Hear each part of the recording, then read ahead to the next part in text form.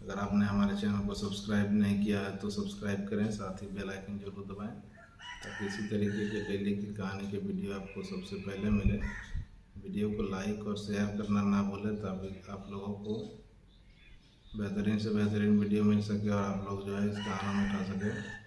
तो चलिए, आज की कहानी का जो शीर्षक है वो है जादू का थैला, टोपी और बिगुल।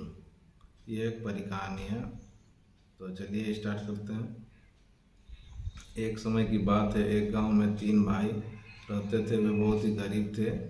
एक बार उस गांव में ऐसा अकाल पड़ा कि लोगों को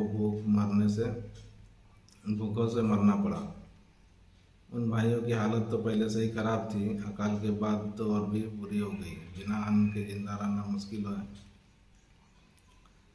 तो अंत में तीनों भाइयों ने निर्णय लिया कि अपना गांव छोड़कर काम की तलाश में बाहर जाएं और कुछ पैसा कमा कर ही वापस अपने गांव आए। शायद बाहर निकलने से भाग्य भी साथ दे दे। तीनों भाई एक साथ अपना अपना भाग्य आजमाने निकल पड़े। दिन भर चलते रहने पर ना ही कोई काम मिला और ना ही उसका भाग्य का सितारा चमका।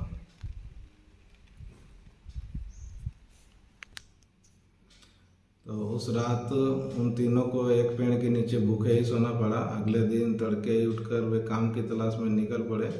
जब वो एक पहाड़ी से नीचे गुजर रहे थे, उन्हें सूरज की रोशनी में वह पहाड़ी चमकती हुई नजर आई। तीनों भाई जब उस पहाड़ के नज़दीक पहुंचा तो देखा कि वह पहाड़ी तो चांदी की है। उसमें से सबसे बड़ा भाई बोला, मुझे अपनी चाहत की चीज़ मिल गई है। मैं इस पे से खूब सारी चांदी अपनी चादर में बांधकर वापस अपने गांव जाकर चैन की ज़िंदगी बिताऊंगा। शहर में जाकर अपनी ज़िंदगी बर्बाद करने से क्या फ़ायदा। इतना कहकर वो अपने चादर खोली और जितनी चांदी काट कर ले जा सकता था उतना चादर में भरकर वापस अपने गांव जाने के लिए तैयार हो गया।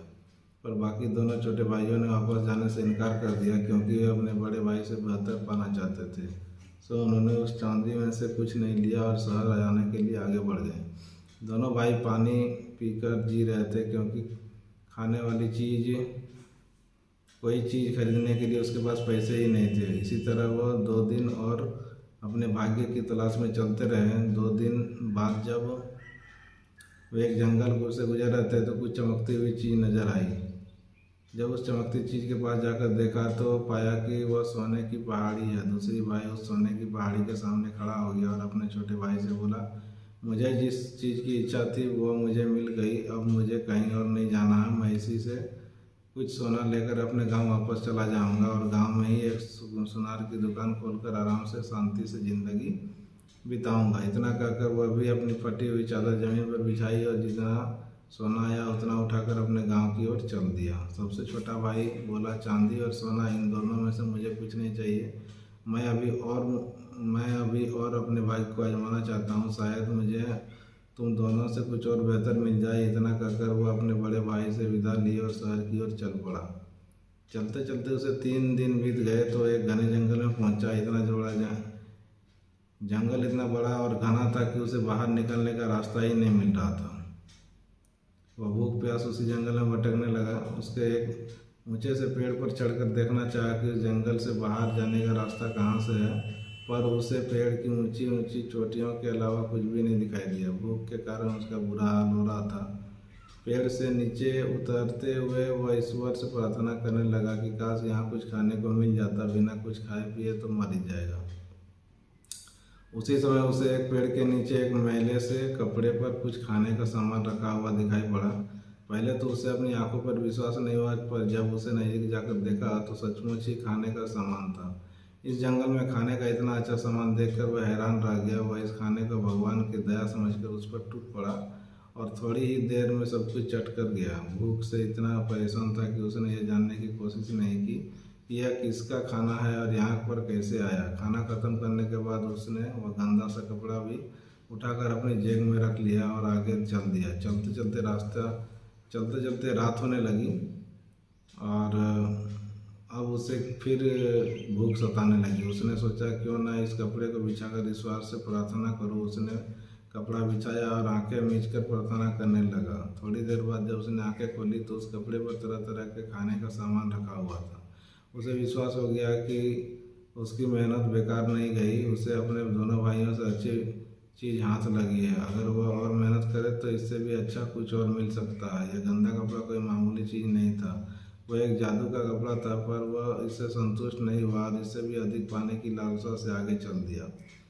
और भी अच्छे भाग्य की खोज में वह एक जगह से दूसरी जगह घूमता रहा। घूमते घूमते वह एक और जंगल में पहुंचा।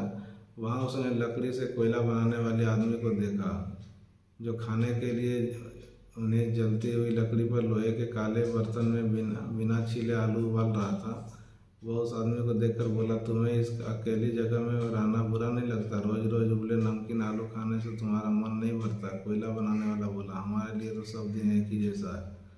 लड़के ने पूछा, आज तुम मेरे लिए अतिथि हो, क्या तुम मेरे साथ शाम को भोजन करना पसंद करोगे?